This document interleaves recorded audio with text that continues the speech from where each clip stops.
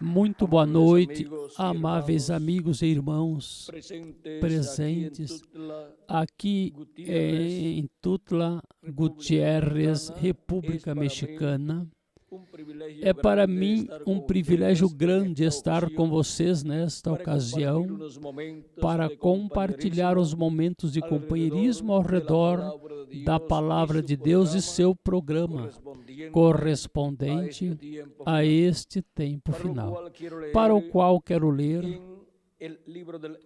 no livro de Êxodo, capítulo 19, versículos do 1 ao 8, onde nos disse Deus por meio do profeta Moisés: no mês terceiro da saída dos filhos de Israel da terra do Egito, no mesmo dia chegaram ao deserto do Sinai. Tinham saído de Refidim e chegaram ao deserto de Sinai e acamparam-se no deserto, e acampou ali Israel diante do monte. E Moisés subiu a Deus, e Jeová o chamou desde o monte, dizendo: assim dirás à casa de Jacó, e anunciarás aos filhos de Israel: vós vistes o que fiz aos egípcios, e como vos tomei sobre asas de águias, e vos trouxe a mim. Agora, pois, se deres ouvidos à minha voz e guardardes o meu concerto, vós sereis meu especial tesouro sobre todos os povos, porque minha é toda a terra. E vós me sereis um reino de sacerdotes e povo santo. Estas são as palavras que dirás aos filhos de Israel. Então veio Moisés e chamou os anciãos do povo e expôs na presença deles todas estas palavras que Jeová lhes tinha ordenado. E todo o povo respondeu a uma só voz e disse: tudo que Jeová disse faremos. E Moisés referiu a Jeová as palavras do povo. Então Jeová disse a Moisés: eis que eu virei a ti numa nuvem espessa, para que o povo ouça enquanto eu falo contigo, e também para que te creiam para sempre. E Moisés referiu as palavras do povo a Jeová, e Jeová disse a Moisés: vai ao povo e santifica-os hoje e amanhã, e lavem seus vestidos, suas vestes, e estejam prontos para o terceiro dia, porque ao terceiro dia Jeová descerá diante dos olhos de todo o povo sobre o monte Sinai. E marcarás limites ao povo em redor, dizendo: guardai-vos, não subais ao monte, nem toqueis nos seus limites. Qualquer que tocar no monte certamente morrerá. Não tocará mão, porque certamente será apedrejado ou aceteado. Seja animal, seja homem, não viverá. Quando soa longamente a buzina, sobe ao monte. Então Moisés desceu do monte ao povo e santificou o povo, e lavaram suas vestes. E disse ao povo: estai preparados para o terceiro dia, e não chegueis à mulher. E aconteceu que ao terceiro dia, quando veio a manhã, ouviram trovões, relâmpagos, uma espessa nuvem sobre o monte, som de buzinas muito forte, de maneira que estremeceu todo o povo que estava no arraial. E Moisés levou o povo fora do arraial para receber a Deus, e puseram-se ao pé do monte. E todo o monte Sinai fumegava, porque Jeová descera sobre ele em fogo. E a sua fumaça subia como fumaça de um forno, e todo o monte se estremecia grandemente. E o sonido da buzina ia crescendo em grande maneira. Moisés falava e Deus lhe respondia com voz trovante, ou alta. E descendo Jeová sobre o monte Sinai, sobre o cume do monte, e chamou Jeová a Moisés ao cume do monte, e Moisés subiu. Que Deus abençoe nossas almas com sua palavra e nos permita entender sua palavra. Nosso tema para esta ocasião é: santificai-vos para o encontro com Deus. Podem tomar assentos, tenham a bondade, para poder compreender este mistério da santificação. Vejam vocês, necessitamos ver como Deus santificou o seu povo através da história bíblica e como aqui Deus chamou Moisés e disse que santificasse o povo. Porque no terceiro dia Deus desceria em uma nuvem espessa, e aí Moisés estaria com o povo para receber a Deus. Temos que entender uma coisa, e é que as coisas que aconteceram no Antigo Testamento, para o Novo Testamento, depois se tornam tipo e figura. Vejamos em Hebreus, capítulo 12, disse o apóstolo São Paulo, falando deste evento, e logo mostrando no tempo do Novo Testamento, como agora já não é o Monte Sinai, mas que é o Monte de Sião. Disse Hebreus capítulo 12, versículo 18 em diante: Por que não chegastes ao monte palpável, ou seja, ao Monte Sinai, e que ardia em fogo, e a escuridão e as trevas e a tempestade, ao sonido da trombeta e a voz que falava, a qual os que a ouviram pediram que se lhes não falasse mais, porque não podia suportar o que se ordenava. Se até um animal tocar ao monte, será apedrejado. E tão terrível era a visão que Moisés disse: Estou todo assombrado e tremendo.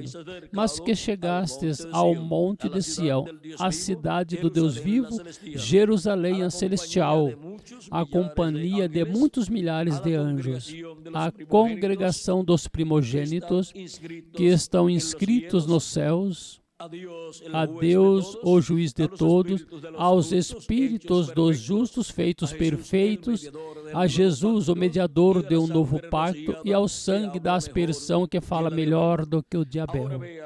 Agora vejam como no Novo Testamento o Monte Sinai agora é mudado pelo Monte de Sião, que é a igreja do Senhor Jesus Cristo. Por isso também encontramos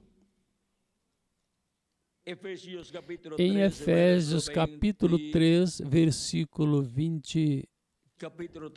Capítulo 3, vamos ver o que nos disse São Paulo.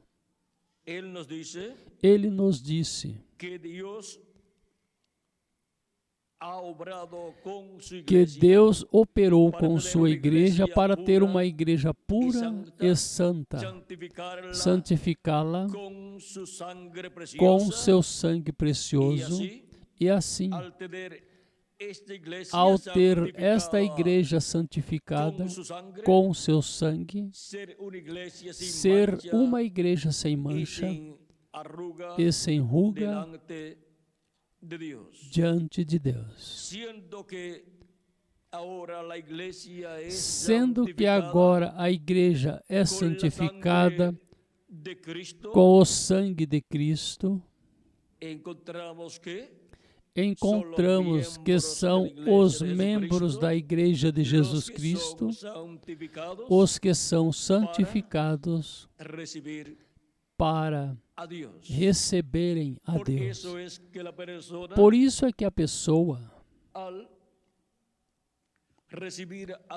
ao receber a Cristo como seu Salvador, lava seus pecados no sangue de Cristo e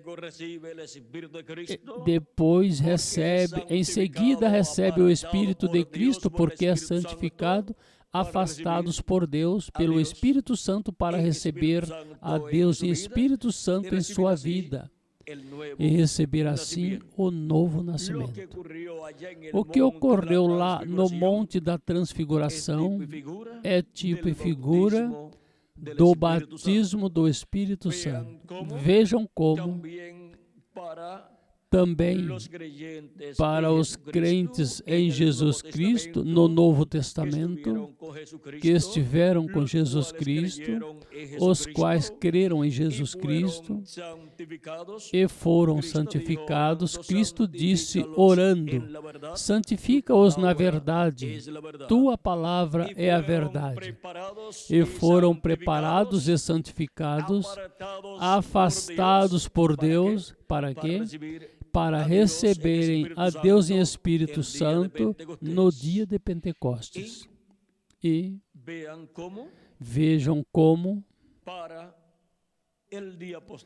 para o último dia, todos os membros do corpo místico do Senhor Jesus Cristo, que o receberam como seu Salvador, lavaram seus pecados no sangue de Cristo e receberam seu Espírito Santo, foram pessoas afastadas ou apartadas por Deus. Santificar significa apartar. E foram apartados por Deus ou afastados por Deus para no último dia receberem a plenitude do Espírito de Deus. Receber a Cristo em sua segunda vinda, o qual ressuscitará os mortos em Cristo e transformará os vivos em Cristo, que estarão no corpo místico de Cristo, os quais terão recebido a Cristo como seu Salvador, terão lavado seus pecados no sangue de Cristo e recebido seu Espírito Santo e, consequentemente, nasceram de novo. Nenhuma pessoa pode ser parte do corpo místico de Cristo sem nascer de novo. Cristo disse a Nicodemos, no capítulo 3 de São João, em verdade, te digo que o que não nascer de novo não pode ver o reino de Deus. Ou seja, não o pode entender. Nicodemos pensou que era nascer por meio de uma mulher de novo e pergunta a Jesus, como pode-se fazer isto? Pode acaso o homem já sendo velho, porque Nicodemos já estava avançado em idade, e como estaria sua mãe se estivesse viva? E agora Cristo disse que é necessário nascer de novo para entrar no reino de Deus. E Nicodemos estava interessado em entrar no reino de Deus. Disse, como pode-se fazer isto? Pode acaso o homem já sendo velho entrar no ventre de sua mãe e nascer de novo? Cristo lhe disse, em verdade te digo que o que não nascer de novo não pode ver o reino de Deus, ou seja, que não nascer da água e do Espírito não pode entrar ao reino de Deus, ou no reino de Deus, ou seja, não pode entrar para fazer parte da igreja do Senhor Jesus Cristo. O reino de Deus, a igreja de Jesus Cristo, tem as pessoas que creram em Cristo como seu Salvador e lavaram seus pecados no sangue de Cristo e receberam seu Espírito Santo. Esta é a única forma em que a pessoa pode entrar na igreja de Jesus Cristo e assim fazer parte da igreja de Jesus Cristo. E Os membros da Igreja de Jesus Cristo são santificados por Cristo, assim como também foram justificados. Justificar é a pessoa ficar como se nunca antes tivesse pecado, porque o sangue de Jesus Cristo nos limpa de todo pecado e somos justificados diante de Deus, como se nunca tivéssemos pecado. E agora este é o povo que para o último dia é preparado para receber ao Senhor em sua segunda vinda, e isso é para recebê-lo no terceiro dia. E agora era para o terceiro dia em que Deus se manifestaria sobre o Monte Sinai, mas o povo tinha que estar preparado para esse terceiro dia, e seria na manhã. E agora, qual é o terceiro dia? Onde, assim como veio Deus sobre o Monte Sinai, no terceiro dia, na manhã do terceiro dia, ele se manifestou sobre o Monte Sinai. Agora, vendo que já não é o Monte Sinai, senão a Igreja do Senhor Jesus Cristo, o Monte de Sião, é esse monte quem ocupa esse lugar atualmente, que é a Igreja de Jesus Cristo. Quando falamos do terceiro dia, um dia diante do Senhor é como 1000 anos, e 1000 anos como um dia. E agora, para o último dia, Cristo prometeu aos crentes nele que os ressuscitará se morreram fisicamente, se seus corpos físicos morreram. Vejamos em São João, capítulo 6, onde temos essa promessa do nosso amado Senhor Jesus Cristo. Versículos 39 ao 40 diz: E a vontade do Pai que me enviou é esta, que nenhum de todos aqueles que me deu se perca, mas que o ressuscite no último dia. Quando? No último dia. Porquanto a vontade daquele que me enviou é esta, que todo aquele que vê o Filho e crê nele tenha vida eterna. E eu o ressuscitarei no último dia. Agora, qual é o último dia? São Pedro, em sua segunda carta, capítulo 3, versículo 8, nos dá aí a chave para poder compreender o que são os últimos dias e qual é o último dia. São Pedro nos disse, em 2 de Pedro, capítulo 3, versículo 8, mas, ó amados, não ignoreis isto, ou seja, que é algo que não podemos ignorar, que um dia para o Senhor é como 1000 anos, e 1000 anos como um dia. Também assim disse o profeta Moisés no Salmo 90 e versículo 4. Daí é de onde São Pedro tomou essa revelação.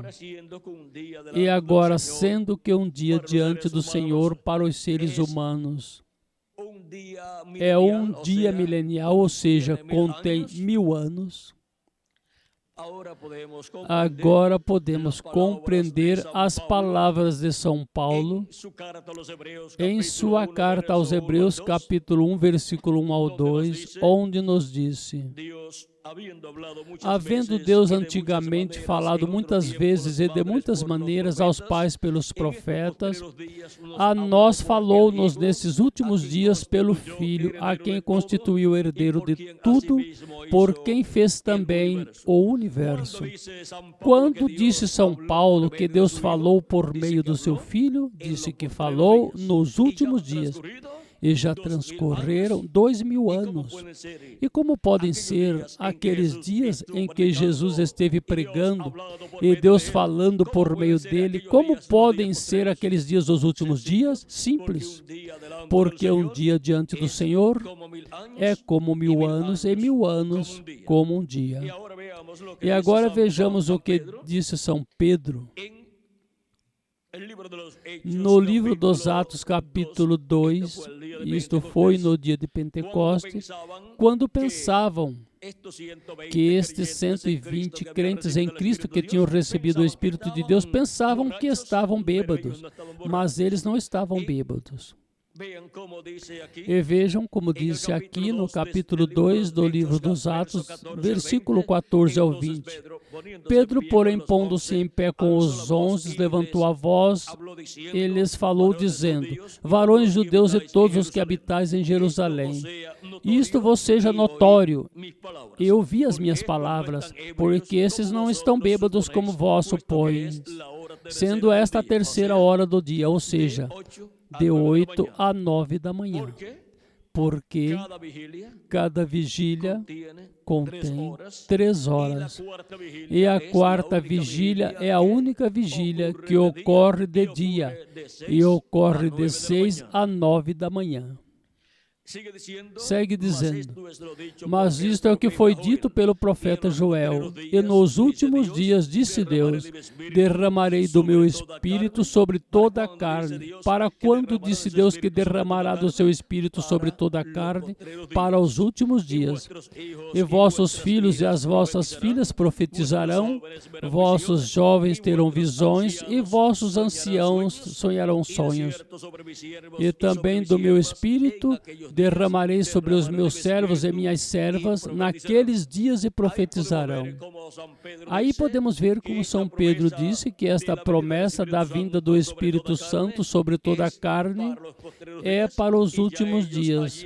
E eles ali já estavam recebendo o Espírito Santo. Deus estava derramando já do seu Espírito Santo sobre toda a carne, sobre toda pessoa que creu em Cristo como nosso Salvador e lavou seus pecados no sangue de Cristo. Para eles é a promessa do Espírito Santo para obterem o novo nascimento. E já, desde os dias dos apóstolos, já estavam vivendo os últimos dias. E Deus já estava falando por meio de Jesus Cristo nos últimos dias e estava também derramando do seu Espírito Santo sobre toda a carne desde o dia de Pentecostes em diante. E agora encontramos que desde aqueles dias até esse tempo, Deus esteve derramando do seu Espírito Santo sobre toda a carne, porque ainda estamos vivendo nos últimos dias. Vejam também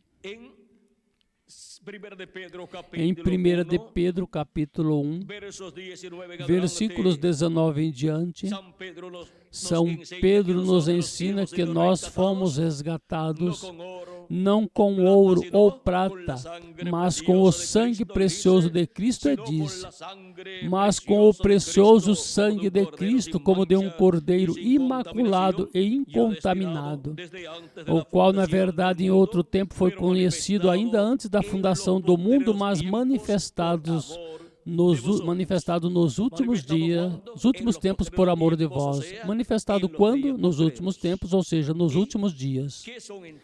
E o que são então os últimos dias?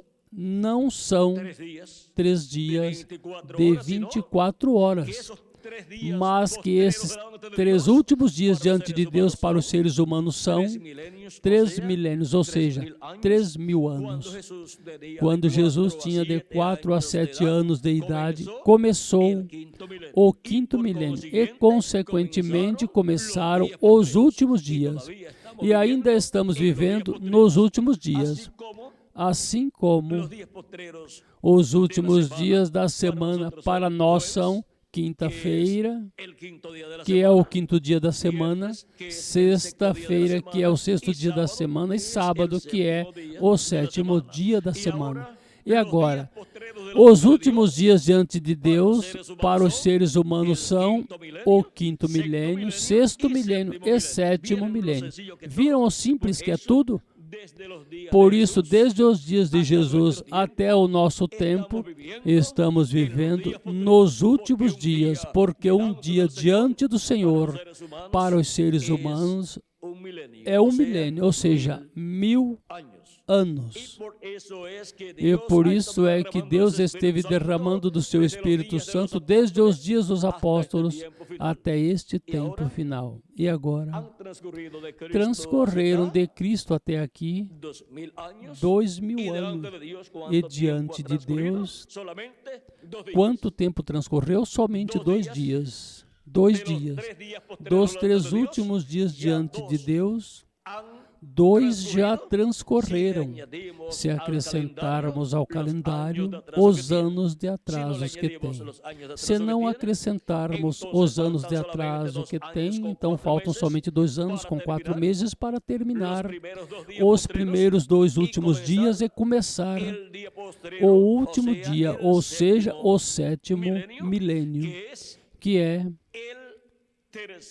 o terceiro dos 3 últimos dias. São 7 milênios ao todo, mas dos 7 milênios há 3 últimos milênios que são o 5º, 6º e 7º milênio. E agora, somente faltam 2 anos com 4 meses para terminar o segundo dos 3 últimos dias e começar o terceiro dos 3 últimos dias. E o terceiro dos 3 últimos dias é o último dia diante de Deus, o qual é o último milênio para os seres humanos. E para esse último milênio, que é o último dia diante de Deus, é que Cristo disse: e eu o ressuscitarei no último dia, ou seja, no último milênio. Agora, quando ocorreu a ressurreição de Cristo, ocorreu pela manhã. E também a ressurreição dos santos do Antigo Testamento que ressuscitaram com Cristo, conforme São Mateus capítulo 27, versículos 51 ao 54. E agora, essa ressurreição ocorreu lá no 5º milênio, que foi o primeiro dos últimos dias, porque a ressurreição é para os últimos dias. Essa ressurreição dos santos do Antigo Testamento ocorreu no primeiro dos últimos dias, e a ressurreição dos santos do Novo Testamento está prometida para ocorrer no último dia, ou seja, no terceiro dos últimos dias. E agora, vimos qual é o último dia. É o 7º milênio. E amanhã do último dia, porquanto um dia diante do Senhor é como 1000 anos e 1000 anos como um dia, 1 hora diante de Deus. Quanto é então? 1 hora diante de Deus são 41 anos com 8 meses. E a 4ª vigília, vejam, cada vigília tem 3 horas. Dessas vigílias é que Deus fala nos evangelhos, quando ele disse, por exemplo, vamos ver o que diz em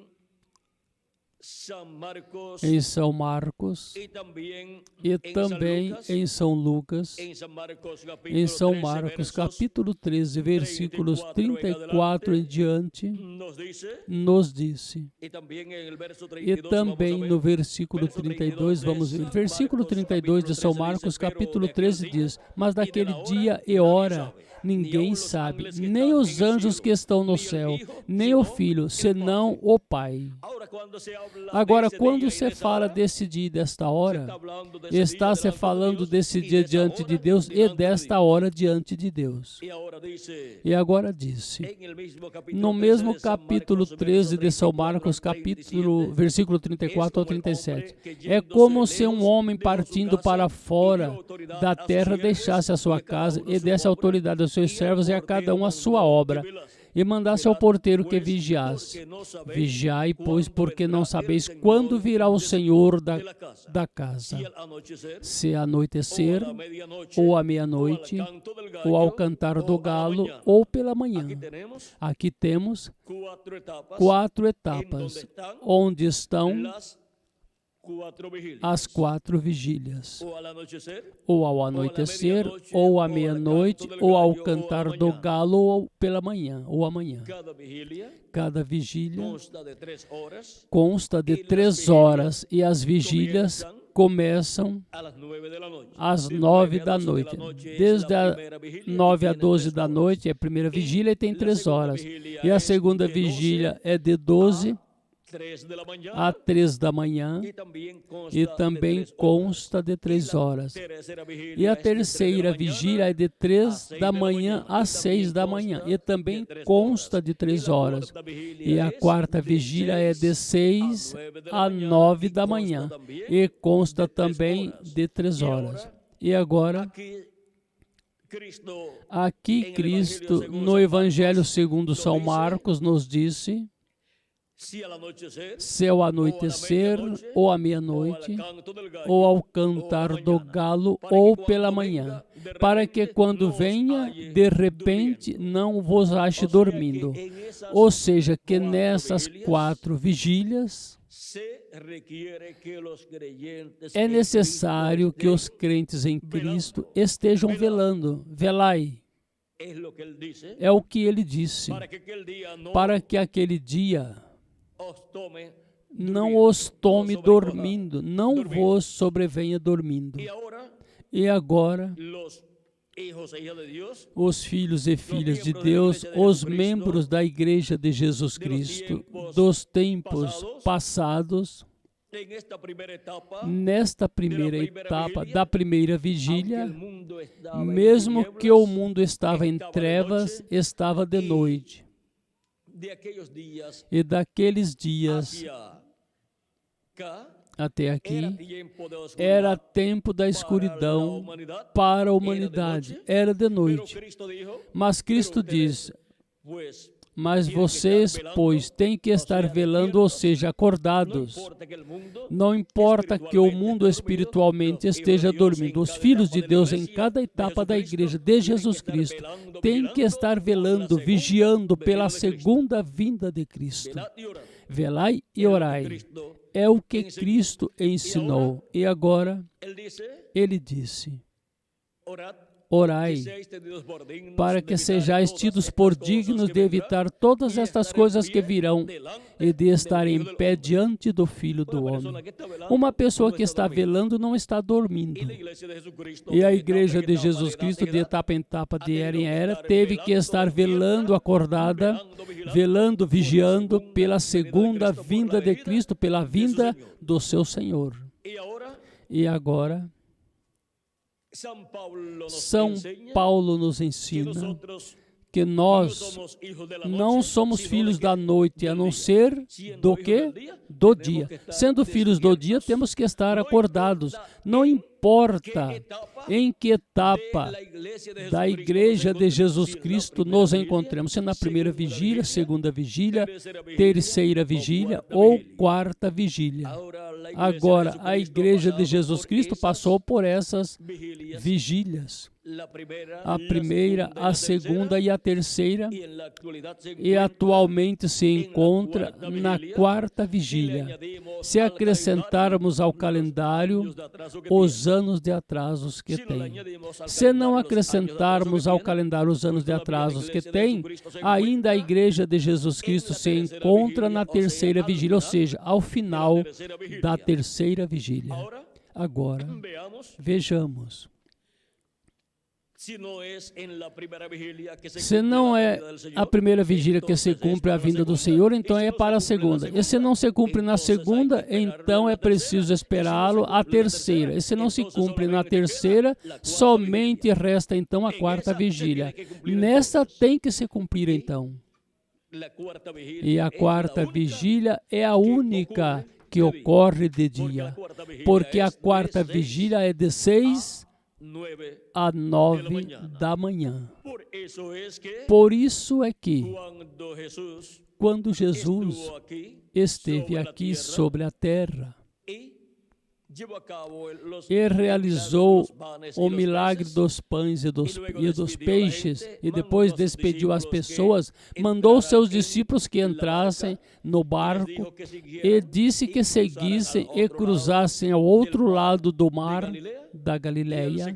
E ele ficou se despedindo da multidão e depois foi orar no monte. Mas durante essa noite houve uma tempestade no mar, porque houve ventos contrários, os quais levantaram uma tempestade. O mar estava enfurecido e o barco dos discípulos estava a ponto de perecer. E os discípulos com seu barco.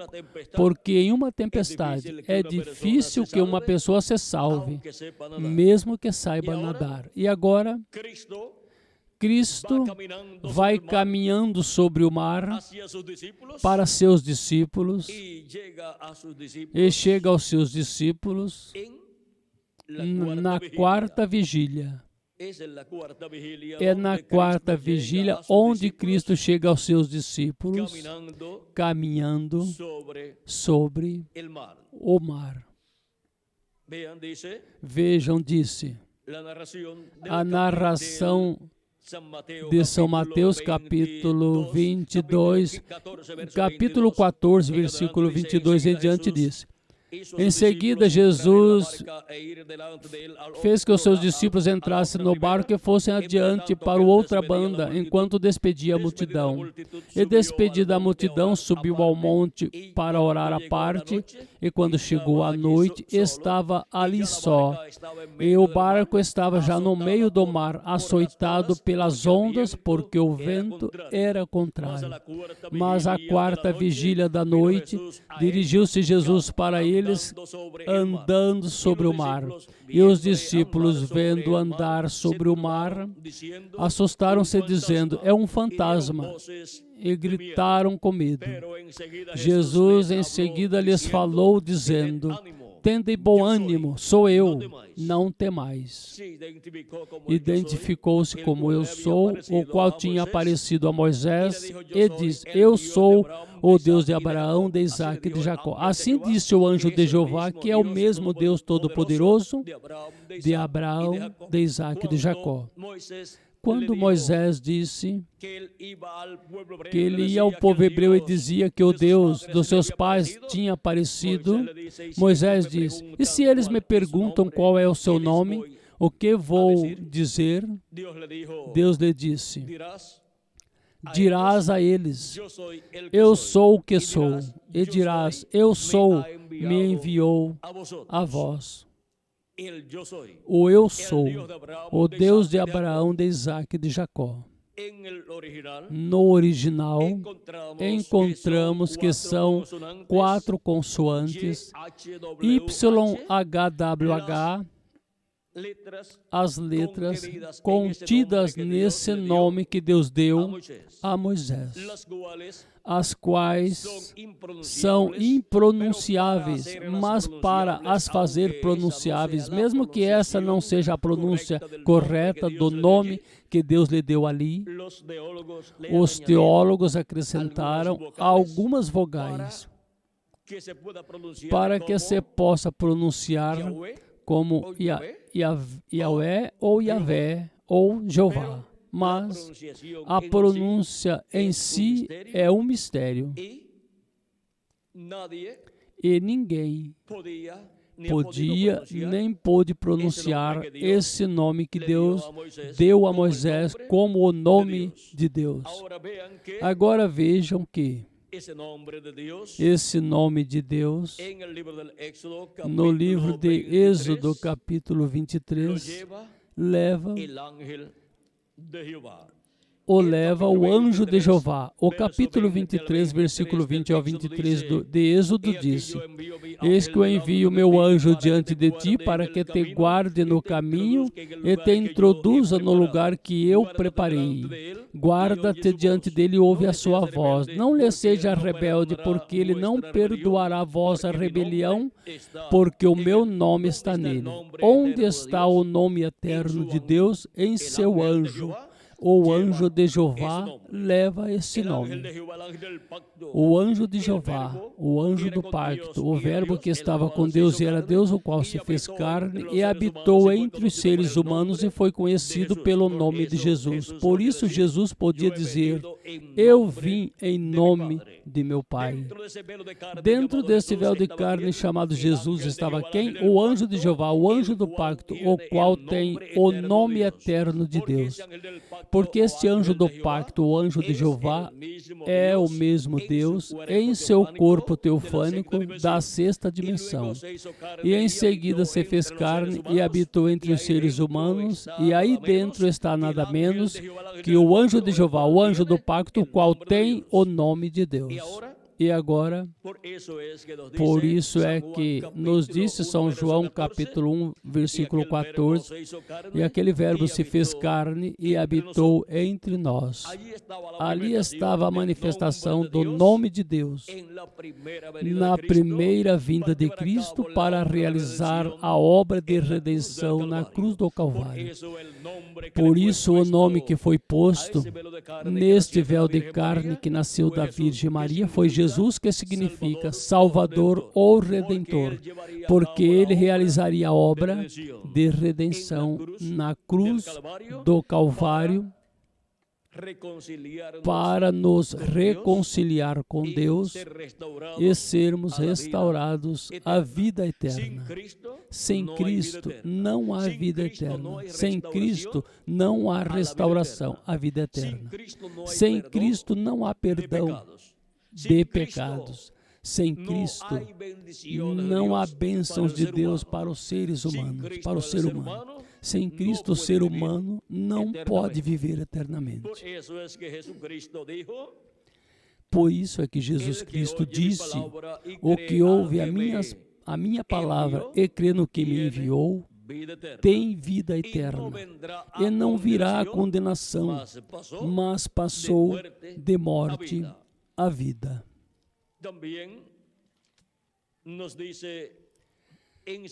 nos disse em São João, nos disse Jesus Cristo, no capítulo 11, falando com Maria e com Marta,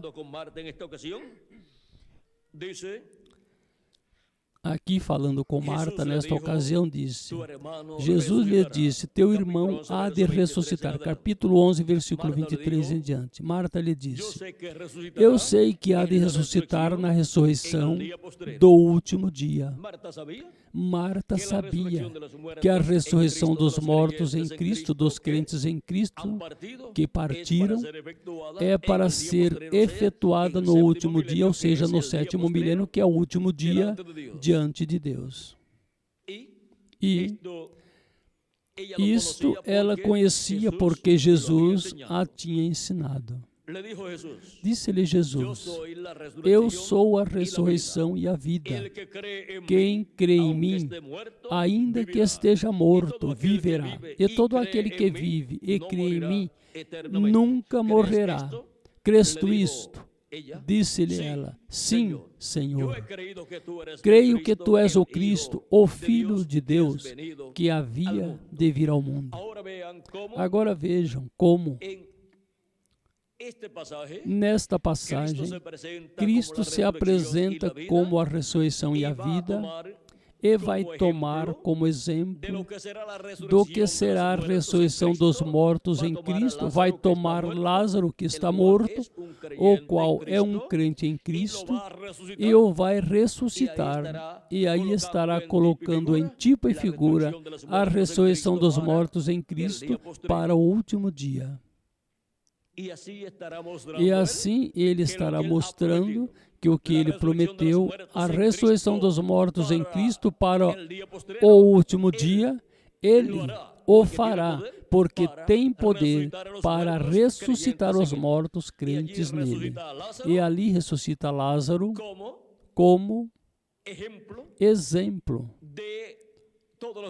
de todos os mortos em Cristo que serão ressuscitados no último dia.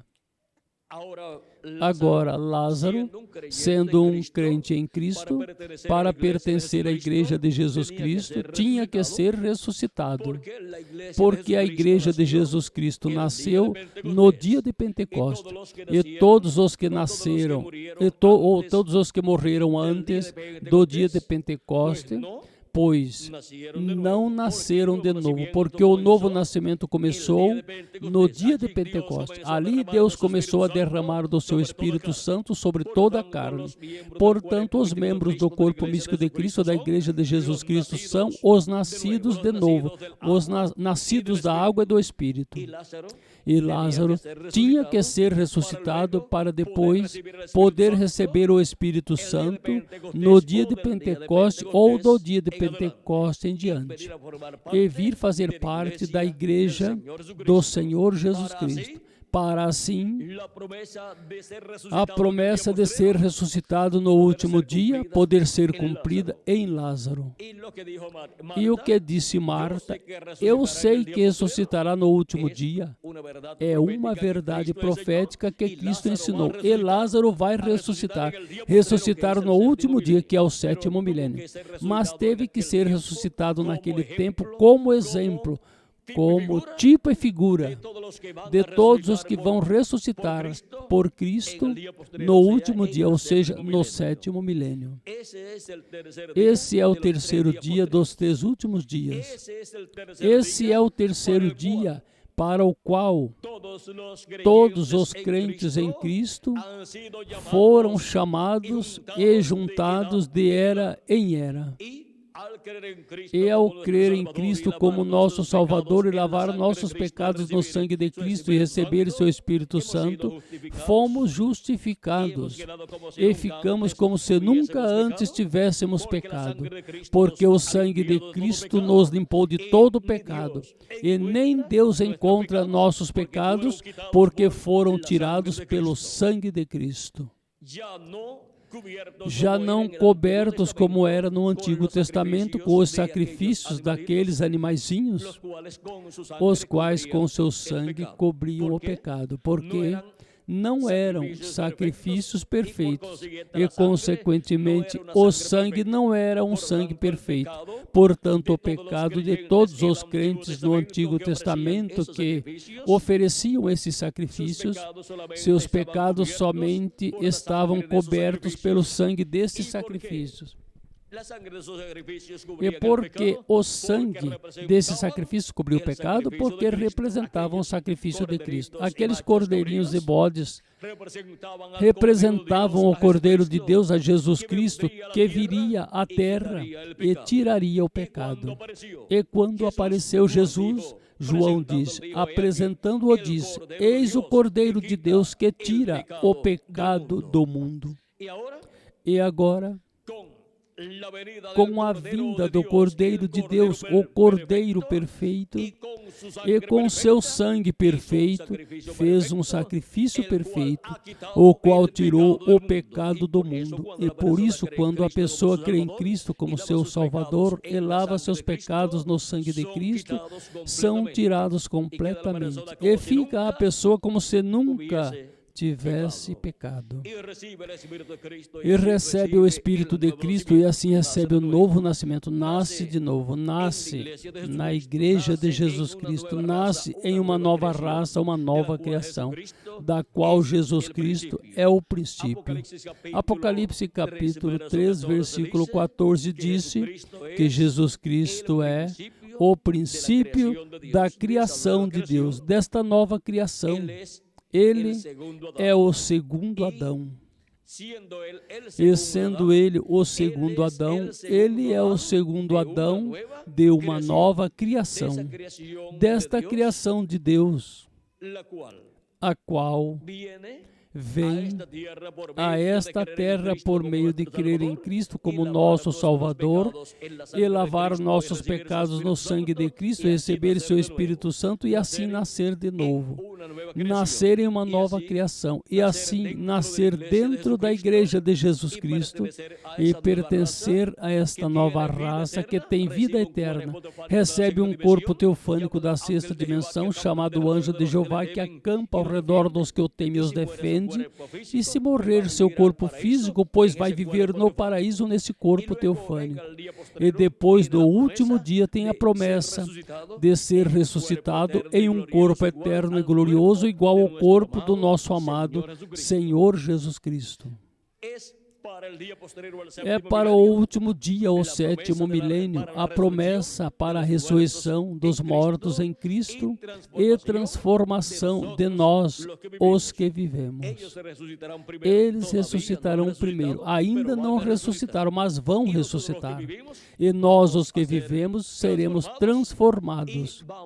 E vamos todos ter um corpo eterno, imortal, incorruptível, jovenzinho, representando sempre de 18 a 21 anos de idade, um corpo glorificado, igual ao corpo do nosso amado Senhor Jesus Cristo. E assim seremos a imagem e semelhança do nosso amado, do nosso Senhor Jesus Cristo. Isto é o que Cristo prometeu para todos os crentes nele. E isso é para o último dia.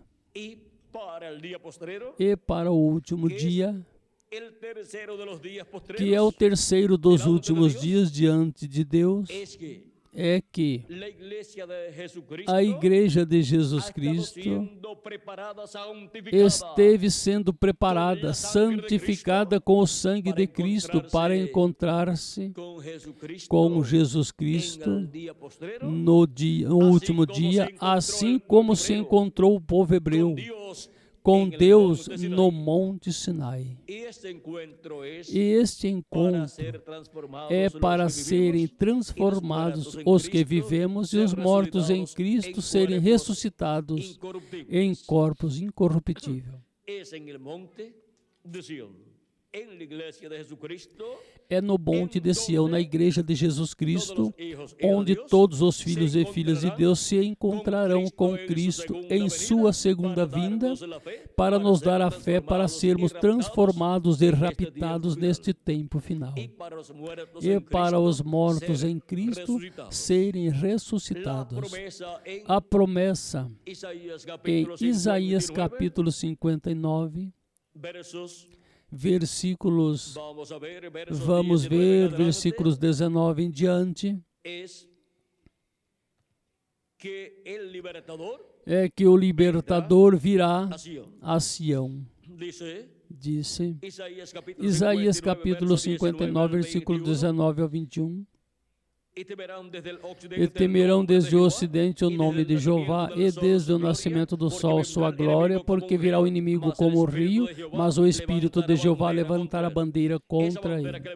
Essa bandeira que levantará contra o inimigo é a segunda vinda de Cristo. E virá um Redentor a Sião, onde virá a Sião. E aos que se desviarem da iniquidade em Jacó, disse Jeová, e este será meu pacto com ele, disse Jeová, e o Espírito meu que está sobre ti, e as palavras que pus em sua boca, não desviarão da tua boca, nem da boca dos teus filhos, nem da boca dos filhos dos teus filhos, disse Jeová, desde agora e para sempre.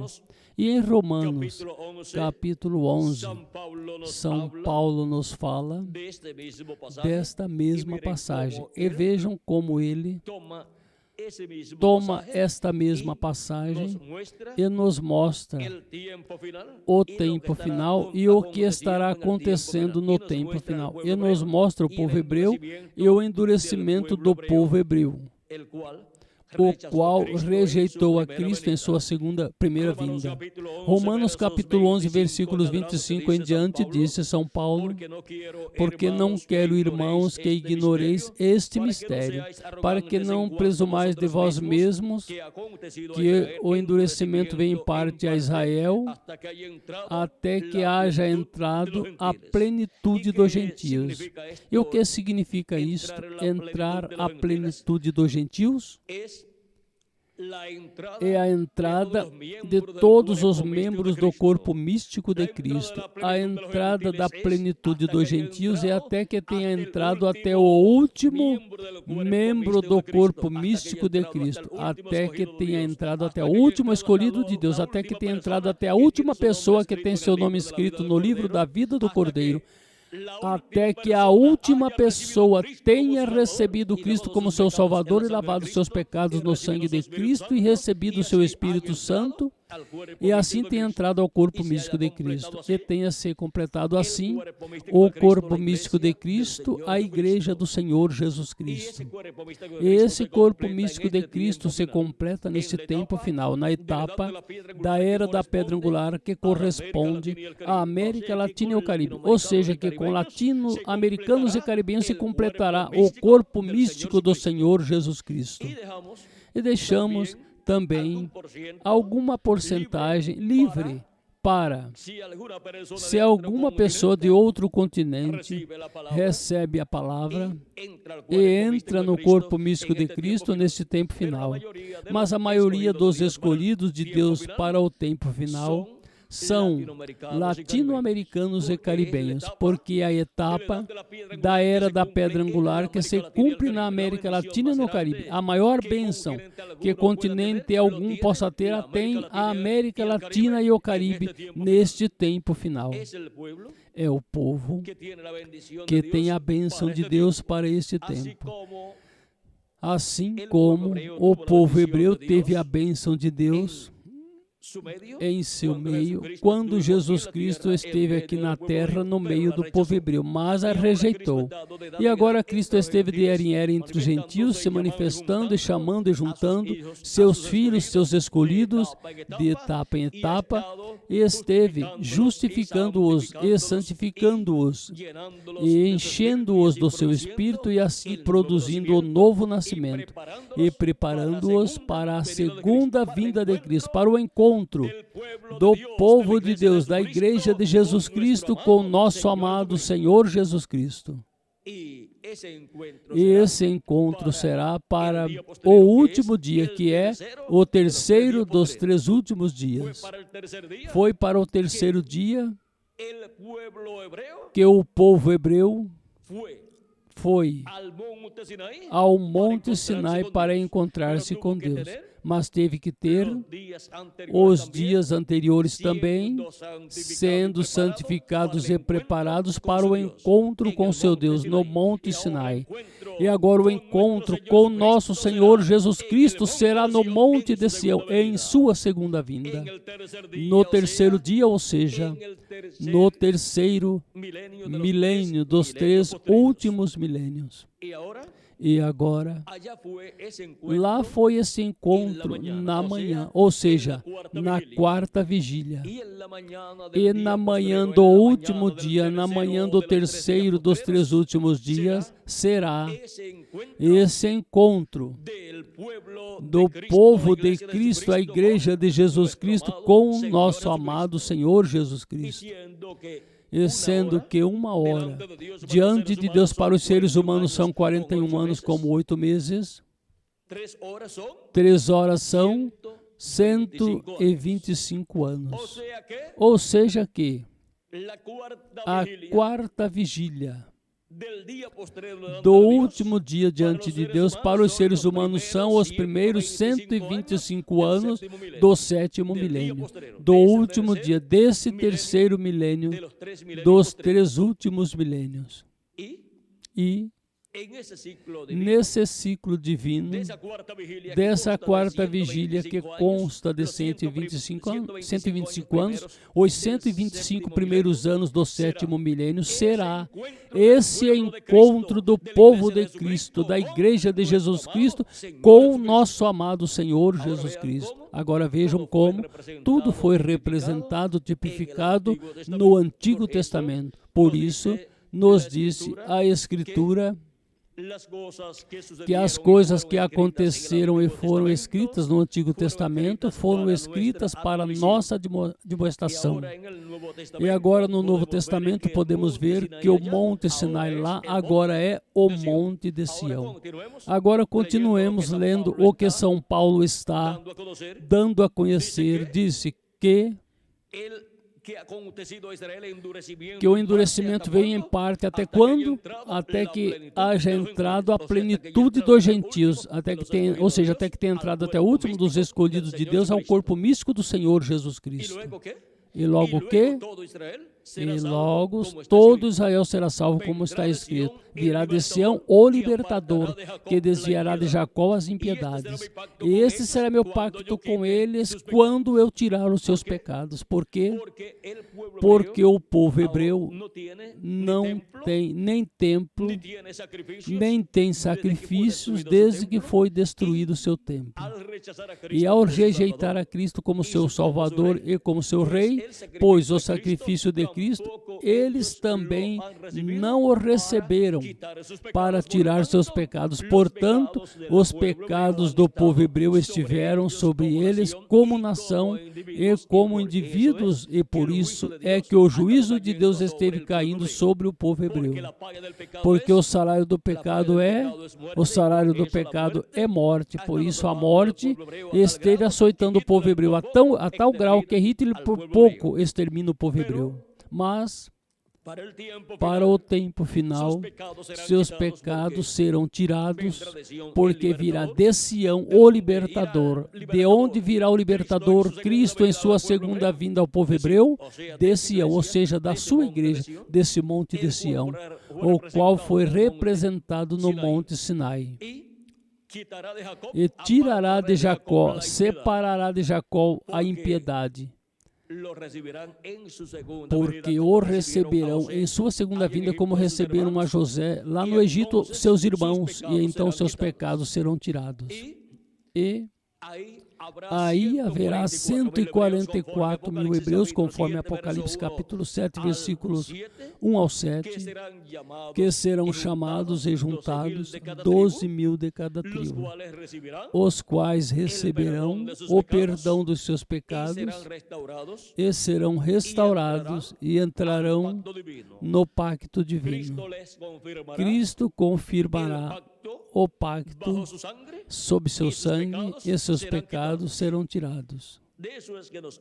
Disso é que nos fala São Paulo nesta passagem, tomando o que Isaías no capítulo 59, versículos 19 ao 21. Assim que quanto ao Evangelho, são inimigos por causa de vós, mas quanto à eleição, são muito amados por causa dos pais, por causa de Abraão, de Isaac, de Jacó e os patriarcas, porque os dons e a vocação de Deus são sem arrependimento. Agora o povo hebreu também, para o tempo final, se encontrará com seu Deus, se encontrará com o Messias. Em sua vinda, no último dia, vindo Cristo à sua igreja, e o povo hebreu o vai reconhecer e vai dizer: este é quem nós estamos esperando.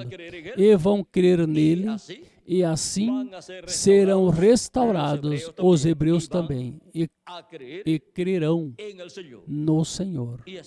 E assim, o endurecimento do coração que esteve no povo hebreu por 2000 anos, os quais não creram em Cristo como seu Salvador, será tirado. E então dirão: agora sim que cremos, porque o verão no cumprimento da sua vinda, sua segunda vinda, vindo a sua igreja, no encontro do povo hebreu, a igreja de Jesus Cristo com o nosso amado Senhor Jesus Cristo. Por isso é que Cristo esteve justificando e santificando e enchendo do seu Espírito Santo os seus escolhidos, sua igreja, os que compõem sua igreja em edad, para el encuentro de los escogidos de Dios, de la iglesia de Jesucristo, con Jesucristo en su segunda venida, en el día no último dia, que é o terceiro dos 3 últimos dias, del día posterior, o sea, en los primeros 125 años del séptimo milenio. Ahora, faltan solamente 2 años con 4 meses para terminar. Segundo de los días posteriores y comenzar el tercero de los días posteriores. Eso es si dejamos el calendario tal y como está. Pero si le añadimos al calendario los años de atraso que tiene, pues ya estamos en el séptimo milenio y por consiguiente, en el día posterior y por consiguiente, en la cuarta vigilia. Estamos en el ciclo divino, en donde todos los hijos de Dios tienen que estar despiertos. Despiértate tú que duermes, levántate de entre los muertos y te alumbrará Cristo. Y ahora no somos hijos de la noche, sino del día. Por lo tanto, tenemos que estar despiertos para que no se nos escape la segunda venida de Cristo. ¿Cómo se le escapó al pueblo hebreo? La primera venida de Cristo, la cual estuvo cumplida en medio del pueblo hebreo por 33 años y no la pudieron ver. El sumo sacerdote, con todos sus doctorados en teología, doctorados en divinidad, y los miembros del concilio de la religión hebrea, del concilio de la Sanedrín, doctores también en divinidad, en teología, a ellos también se les escapó la primera venida de Cristo. Quando Deus promete algo grande, o cumpre em forma simples. Vejam, um evento tão grande como a primeira vinda de Cristo, profetizada pelos profetas do Antigo Testamento, para serem cumpridas no meio do povo hebreu, e até foi dito que seria por meio de uma virgem que nasceria esse menino, o qual teria por nome Emanuel, que significa Deus conosco. E depois foi dito que seria de Belém da Judeia, portanto tinha que ser um descendente do rei Davi. E por meio de uma virgem descendente do rei Davi. E Maria era uma virgem, uma jovem virgem descendente do rei Davi. E José era um homem descendente também do rei Davi, ou seja, que eram príncipes. José era um príncipe e Maria também, mesmo que fossem pobres, mas a pobreza não tira o que alguém é diante de Deus. Se a pessoa for um escolhido, pois é um escolhido, seja pobre ou seja rico. Se tem seu nome escrito no livro da vida do Cordeiro, é um escolhido de Deus, não importa sua posição econômica, social, não importa sua posição econômica, não importa em que país viva, ele é um filho de Deus. Agora, José e Maria eram descendentes do rei Davi, e quando Maria já tinha seus 9 meses para dar à luz ao menino, Jesus,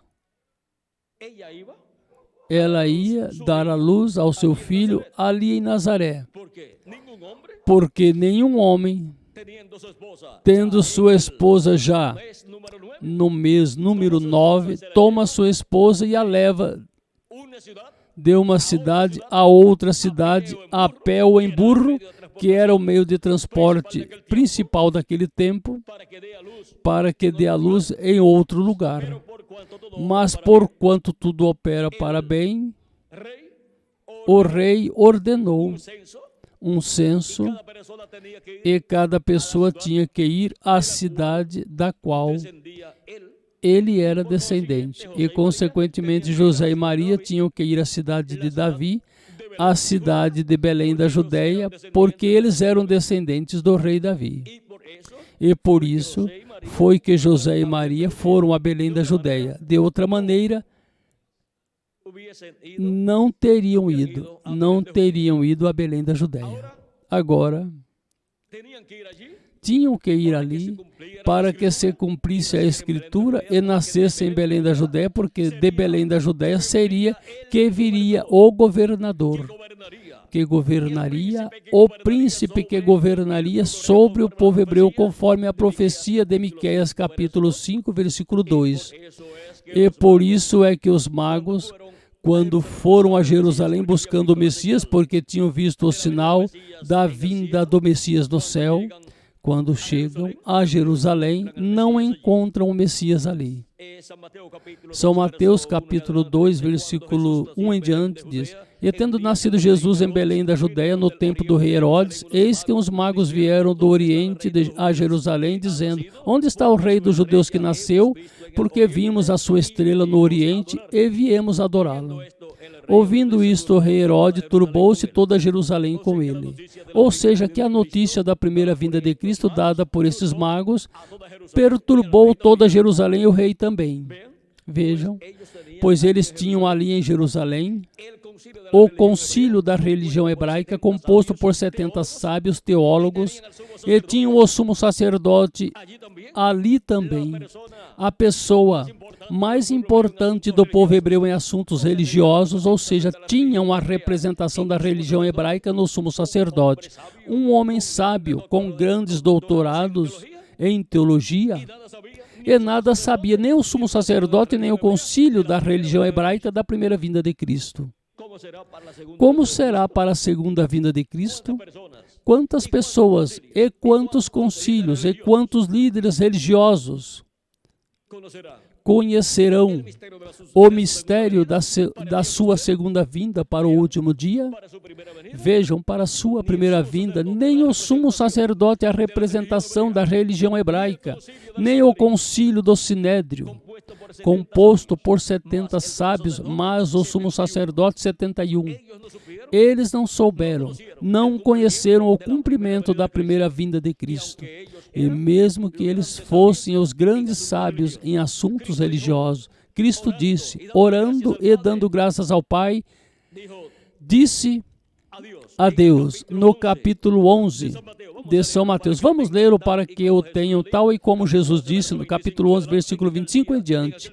Naquele tempo, respondendo, Jesus disse, Te louvo, Pai, Senhor dos céus e da terra, porque ocultaste estas coisas dos sábios e entendidos e as revelaste aos pequenos. Que coisas? A primeira vinda de Cristo. Sim, ó Pai, porque assim te aprove. Todas as coisas me foram entregues por meu Pai, e ninguém conhece o Filho senão o Pai. Nem o Pai conhece ninguém senão o Filho, é aquele a quem o Filho o quiser revelar. Ou seja, que a revelação da primeira vinda de Cristo, as pessoas não a obtinham por meio do ensinamento do sumo sacerdote e dos sábios da religião hebraica, do concílio da religião hebraica, pois deles estava escondida a primeira vinda de Cristo. Escondeste estas coisas dos sábios e entendidos, ou seja, do concílio do Sinédrio e do sumo sacerdote, e as revelaste aos pequeninos, ou seja, pessoas que não tinham esse conhecimento teológico, como São Pedro, São João, André, e todos estes apóstolos de Jesus Cristo, que eram pescadores e outros eram agricultores, tinham esta revelação do céu, porque não a revelou carne nem sangue a Pedro, mas o Pai Celestial. Por isso, quando Jesus diz, quem dizem os homens que é o Filho do Homem? Uns dizem que tu és Elias, outros dizem que tu és João Batista, que ressuscitou, ou algum dos profetas. Isso está no capítulo 16 de São Mateus. E Jesus pergunta, e vocês, quem dizem vocês que é o Filho do Homem? Pedro lhe diz, tu és o Cristo, o Filho do Deus vivente. Jesus lhe disse, bem-aventurados é tu, Simão, filho de Jonas, porque não te revelou carne nem sangue, mas meu Pai que está no céu. Uma revelação direta do céu, e assim é para a segunda vinda de Cristo. Se nenhum concílio pôde conhecer o mistério da primeira vinda de Cristo, pois tão pouco ou também nenhum concílio do último dia conhecerá esse mistério da segunda vinda de Cristo, sendo cumprido no tempo final. Mas por revelação divina, os escolhidos de Deus obterão o conhecimento da segunda vinda de Cristo. E ele se revelará aos seus escolhidos neste tempo final, em sua vinda.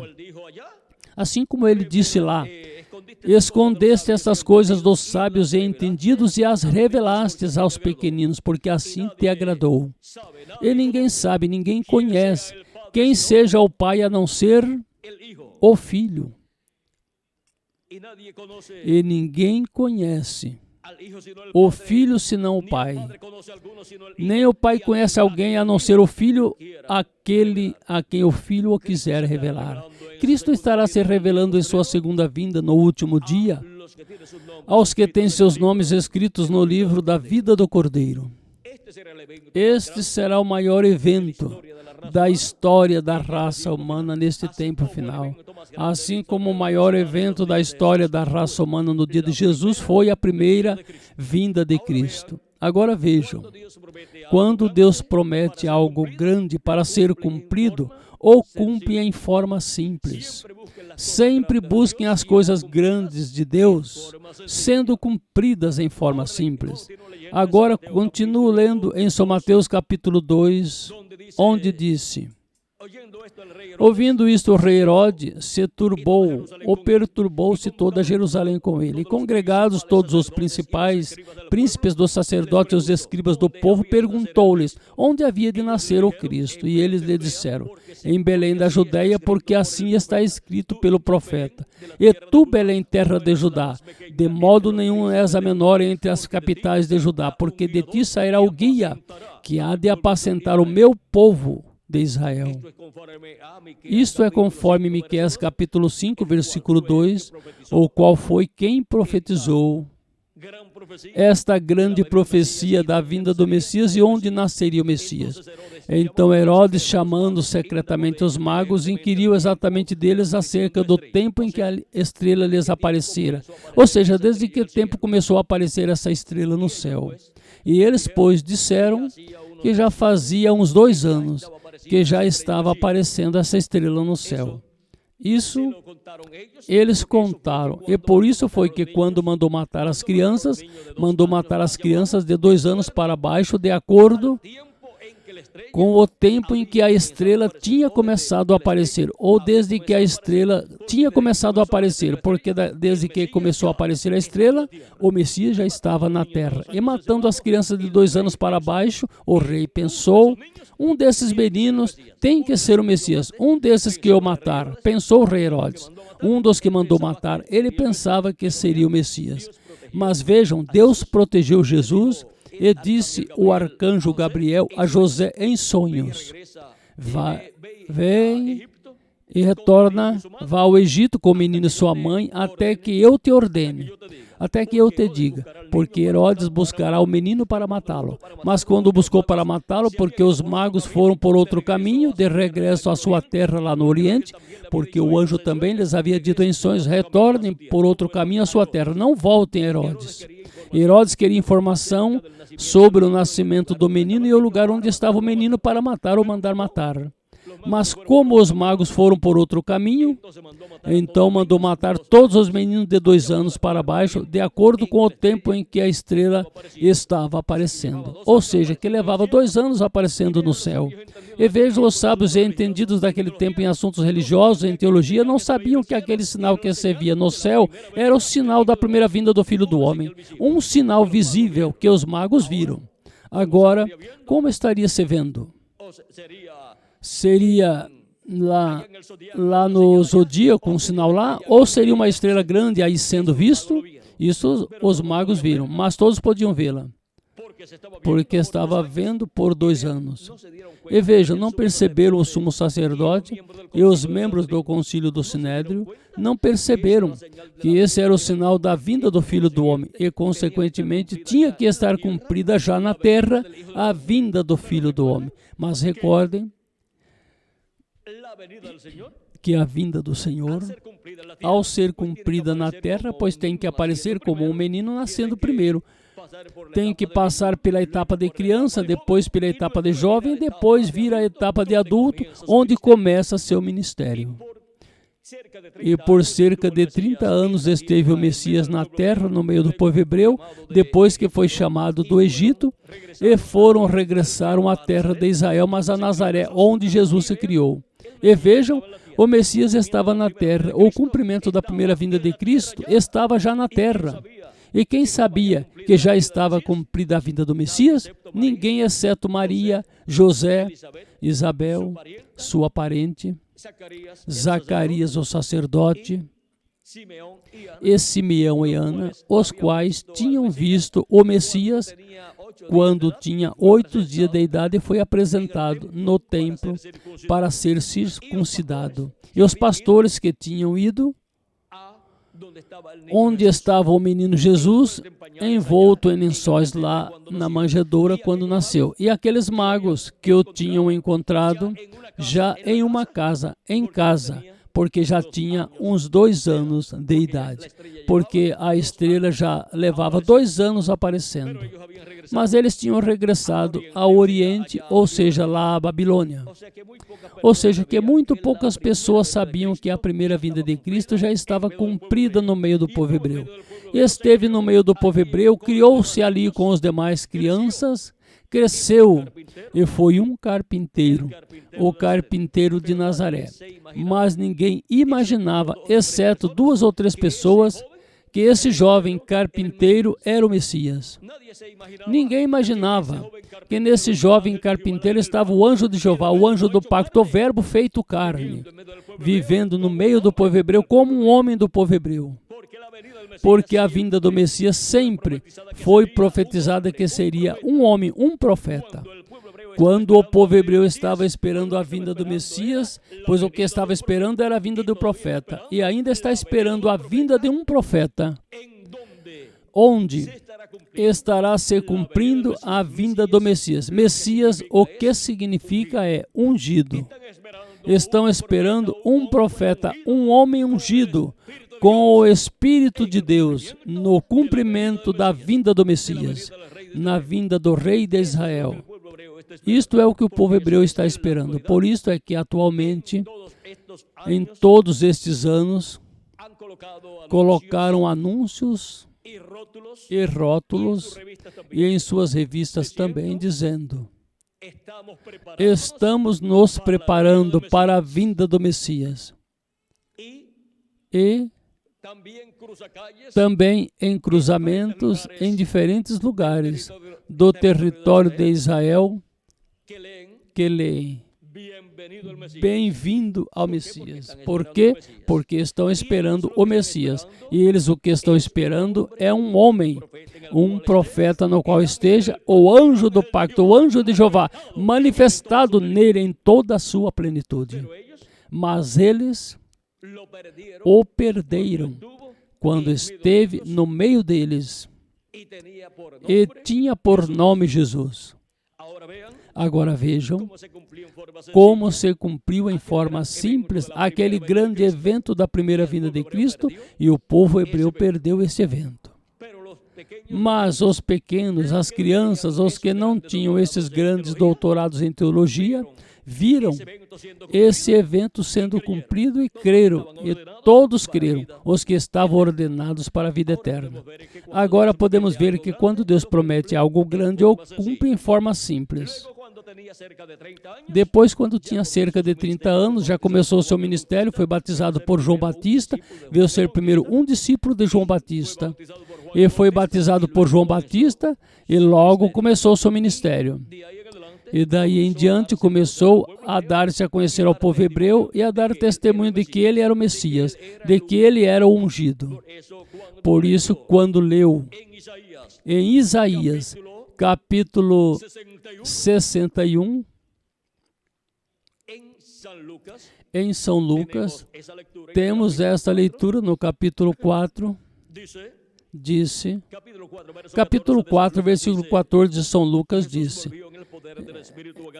então, pela virtude do Espírito, voltou Jesus para a Galiléia, e a sua fama correu por todas as terras em redor, e ensinava na sinagoga deles, e era glorificado por todos. Veio a Nazaré, onde tinha sido criado, e num dia de sábado entrou na sinagoga, conforme o seu costume, e levantou-se para ler. E foi-lhe dado o livro do profeta Isaías, e abriu o livro e achou o lugar em que estava escrito: O Espírito do Senhor é sobre mim, porque me ungiu para evangelizar os pobres, enviou-me a curar os quebrantados de coração, a pregoar liberdade aos cativos e dar vista aos cegos, a pôr em liberdade os oprimidos e anunciar o ano aceitável do Senhor. E cerrando ou fechando o livro e tornando a dá-lo ao ministro, sentou-se e os olhos de todos na sinagoga estavam fitos nele. Então começou a dizer-lhes: hoje se cumpriu esta escritura em vossos ouvidos, ou diante de vós. Estava se cumprindo aí a escritura de Isaías capítulo 61, que é uma escritura, uma promessa messiânica. Estava se cumprindo esta promessa messiânica em Jesus, no cumprimento da primeira vinda de Cristo. O cumprimento da primeira vinda do anjo do pacto, do anjo de Jeová, encarnado em um homem, manifestado em carne humana em Jesus de Nazaré. Esse era o Messias para o povo hebreu em sua primeira vinda. E quando disse essas coisas, vejam, você se deteve ali onde disse: e para anunciar o ano aceitável do Senhor. Não continuou lendo, porque se continuasse lendo, dizia: e o dia de vingança do nosso Deus. E o dia de vingança do nosso Deus é pregado em sua segunda vinda, onde é anunciado o juízo divino que virá sobre a terra. Na pregação do dia de vingança do nosso Deus, no cumprimento da segunda vinda de Cristo. E agora, quando ele dá a conhecer que esta promessa está cumprida, a vinda do Messias, a vinda do ungido, as pessoas que estavam ali não puderam crer que isso era verdade. E eram pessoas que eu tinha visto se criar desde criança. Ouviram crescer, ouviram trabalhando na carpintaria de José, ouviram também lendo as Escrituras aos sábados desde que era criança.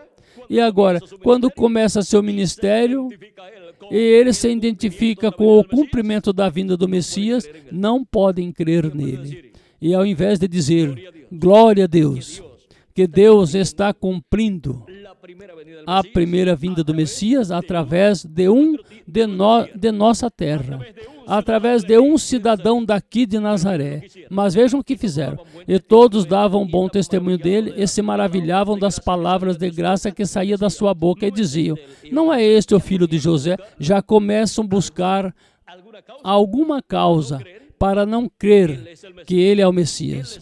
Ele lhes disse: sem dúvida me direis esse refrão: médico, cura-te a ti mesmo.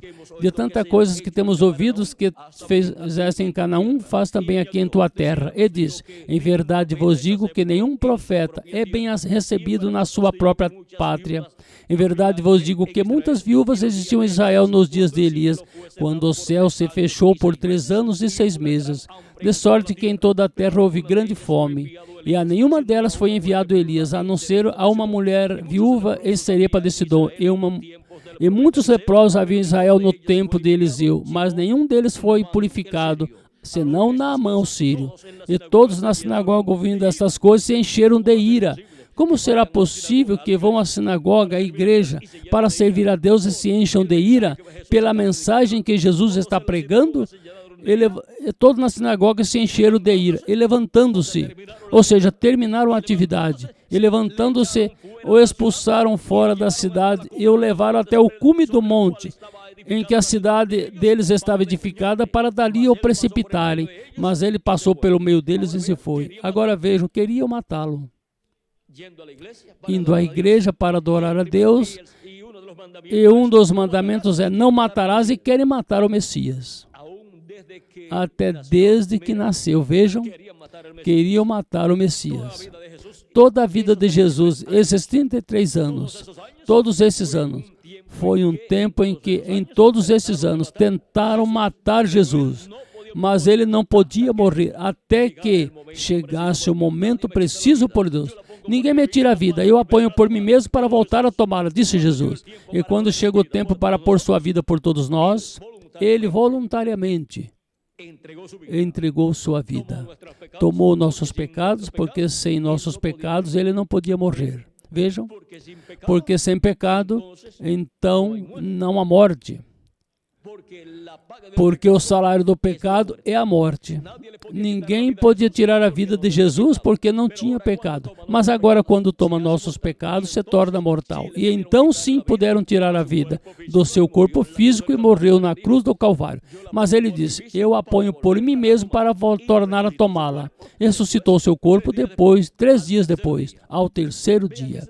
Vejam, esse terceiro dia é muito importante, porque ao terceiro dia foi que o povo hebreu se encontrou com Deus no Monte Sinai. E é no terceiro dia dos 3 últimos dias, que é o 7º milênio, onde a Igreja de Jesus Cristo, o Israel Celestial, tem um encontro com o nosso amado Senhor Jesus Cristo para se encontrar com o nosso amado Senhor Jesus Cristo em sua segunda vinda. Onde os mortos em Cristo ressuscitarão em corpos eternos e nós, os que vivemos, seremos transformados. E então seremos a imagem e semelhança do nosso amado Senhor Jesus Cristo com um corpo jovem, imortal, incorruptível e glorificado para viver com Cristo por toda a eternidade.